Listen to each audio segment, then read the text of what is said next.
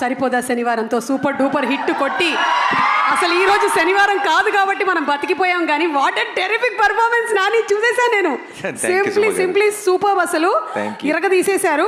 So ఇప్పుడు ఈ cinema అంతా కూడా about human relationships and maths కాబట్టి మీకు బెస్ట్ స్కోరింగ్ సబ్జెక్ట్ ఏంటో చెప్పండి. Special English. స్పెషల్ ఇంగ్లీషా అంటే తెలుగు లేకపోతే స్పెషల్ ఇంగ్లీష్ ఉండేది కదా? అక్కడ ఏం రాసినా నడుస్తుంది, కథలు రాయాలి. ఎక్కువ ఆన్సర్ షీట్స్ రాసామంటే ఏదో ఒక మార్కులు వేసేస్తారు అంతే. కథలు రాయటమే, అక్కడ కథలు రాయటమే, ఇక్కడ కథలు రాయటం. సరే, ఇక్కడ మాకు చిన్న కథ చెప్పండి. మీరు చిన్నప్పుడు విన్న చిన్న కథ ఏదైనా జస్ట్ 2-3 లైన్లో చెప్తే చాలు. ఎలాగో మాకు చిన్నప్పుడు సొంత కథలు వెళ్ళినామండి, మనం చూసిన సినిమా కథే. టైటానిక్ రాసేవాడిని. బా గ్రేట్, అసలు టైటానిక్ని కూడా అక్కడ రాసేసారా మీరు? ఓకే, సో మీకు మీ సిస్టర్కి ఇందులో ఈ సినిమాలో బ్రదర్స్ ఇద్దరి మధ్యలో బాండింగ్ చాలా బాగుంటుంది. సో మీకు మీ సిస్టర్కి మధ్యలో ఉండేటువంటి ఆ బాండ్ లేదా incident, anything that you would recollect? I think సిబ్లింగ్స్కి ఎవరైనా సరే సిబ్లింగ్స్ అన్నాక బాగా కొట్టుకుంటారు, అది అలాగే బాండ్ గట్టిపడుతుంది.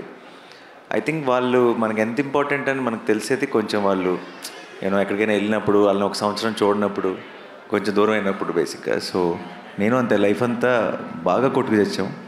ఆ తర్వాత అది చదువుకోవడానికి యూఎస్ వెళ్ళినప్పుడు సడన్గా ప్రేమలో అసలు సిబ్లింగ్ అంటే ఏంటి, తను మిస్ అవుతున్నానని, సో అవన్నీ స్టార్ట్ అయ్యింది.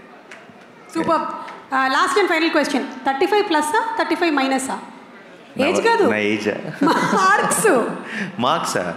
ఒక్కసారి కూడా 35 దాటలేదు.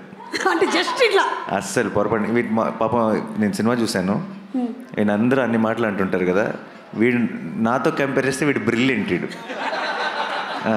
పొరపాటును కూడా వాడు కనీసం 1 ముందు 0 పెట్టాలా, 1 తర్వాత 0 పెట్టాలని డౌట్ ఉంది నాకు. అసలు 1 తర్వాత 2 ఎందుకు రావాలి, 2 ముందు ఎందుకు రాకూడదని డౌట్ ఉండేది. సో ఒక రకంగా చెప్పాలంటే నేను సినిమా చూస్తున్నంతసేపు వీడితో తెగ రిలేట్ అయిపోయి ఇదేదో నా బయోపిక్ తీస్తారన్నట్టు ఫీల్ అయ్యాను. Super super. ఫండమెంటల్స్ని క్వశ్చన్ చేస్తున్నారు చాణక్య గారు, మీరు ఎలా ఫీల్ అవుతున్నారు? అంటే ఈయన క్యారెక్టర్ పేరు చాణక్య. ప్రస్తుతానికి అన్న బయోపిక్ అన్నాడు కాబట్టి నేను చాలా గర్వంగా ఫీల్ అవుతున్నా. ఆయన ఫండమెంటల్స్ని క్వశ్చన్ చేసింది కాబట్టి ఇక్కడ దాకా వచ్చిండు. ఆయన బయోపిక్లో పెద్ద విలన్ మీరే, అర్థమవుతుందా? సినిమా చూసిన తర్వాత అర్థమవుతుంది అందరికీ. విలన్లు ఉంటేనే కదా హీరోలు అవుతారు. బాగా కొట్టేశారబ్బా మార్కులు. ఈ ఒక్క దెబ్బతో నేను స్టేజ్ మీదకి వెళ్ళిపోతున్నాను. డైరెక్టర్ గారిని తీసుకొని, సార్ రండి సార్, నందకిషోర్ గారు.